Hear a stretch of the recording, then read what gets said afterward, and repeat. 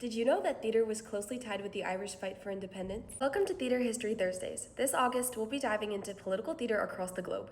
Next up, we're traveling to Ireland to explore how theater was influential in the struggle for independence, especially the impact of the Abbey Theatre on Irish history.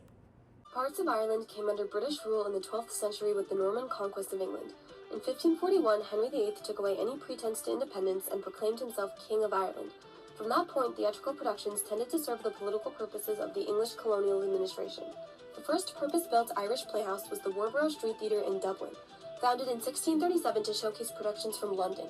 But as more theatres opened and the popular audience grew, a more diverse range of entertainments were staged. Although there would be many famous Irish playwrights from William Congreve to George Bernard Shaw, before the 20th century they would have to leave their native land to become successful. It wasn't until the early 20th century that the development of Indigenous writers, directors, and performers began to emerge. The first professionally produced play in the Irish language was The Twisting of the Rope by Douglas Hyde, produced by the Irish Literary Theatre in 1901.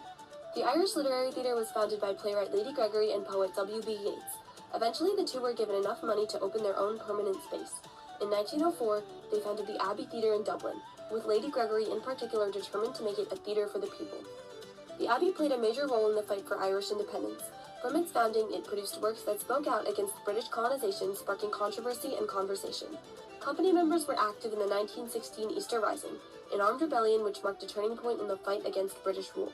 The British government did not enjoy seeing work that rallied the Irish to fight for independence.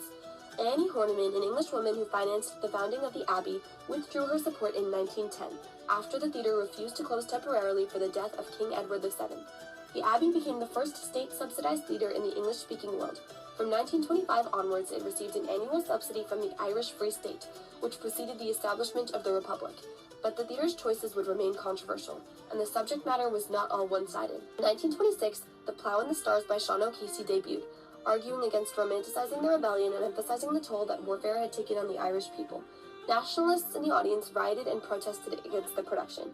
The Abbey would go on to focus on writings in dialects of Hiberno English, creating the basic elements of a national theatrical style. At New Perspectives, we believe that all theater is inherently political because it has the power to change hearts and minds across the spectrum of human experience. The themes we give to writers in the Women's Work Short Play Lab are always connected to current socio-political conditions. Some of our writers have chosen to confront these themes in a straightforward manner, while others embed the theme in their plays in more subtle ways. But our selection of themes that encompass what is actually happening in the world when each new cohort meets is intentional and specific. And each year, we are able to produce 6 original works that give voice to that reality. That's it for Irish theater and the impact of the Abbey Theatre. Stay tuned with more theater history from New Perspectives.